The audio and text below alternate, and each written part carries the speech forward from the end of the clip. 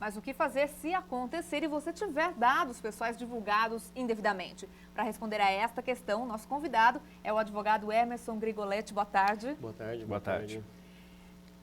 Como nós vimos, a atriz, a primeira atitude dela foi procurar a polícia. Isso é o que qualquer pessoa que se passar por essa situação deve fazer?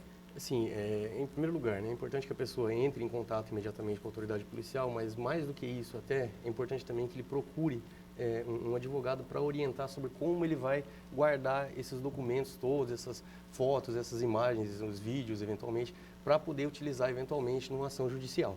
O que é importante guardar nessa situação? Olha, muitas vezes o pessoal faz costuma dar aquele print screen na tela, só aquela foto da tela e guarda e acha que isso é suficiente. Na verdade, não, né? Que nem o caso da Carolina Dickmann mesmo.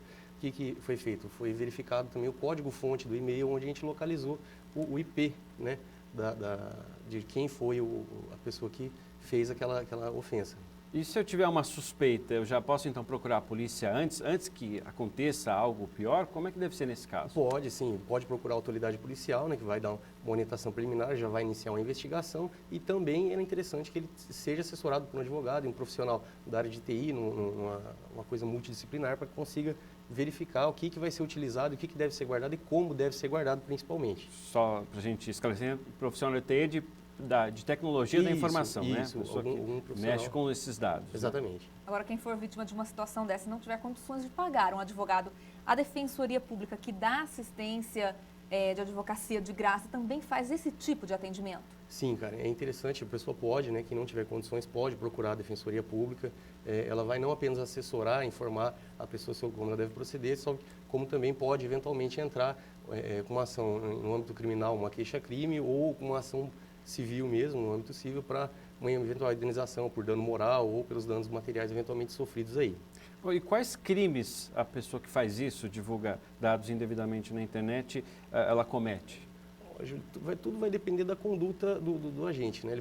Tem várias coisas que ele pode incorrer, né? Embora não exija legislação específica que trate dos crimes de informática, dos crimes de internet, existe a legislação geral que é aplicada nesses casos. Nesse caso, qual seria, assim, olha, danos morais? Olha, não, danos morais é na parte civil, né? Seria na área civil. Na esfera criminal, ele pode estar incorrendo em um crime de dano, né? Se ele eventualmente estragar os dados desse computador da pessoa. Ele pode estar incorrendo também num crime de furto, né? Eventualmente até uma apropriação indébita, se houve de repente uma confiança, né?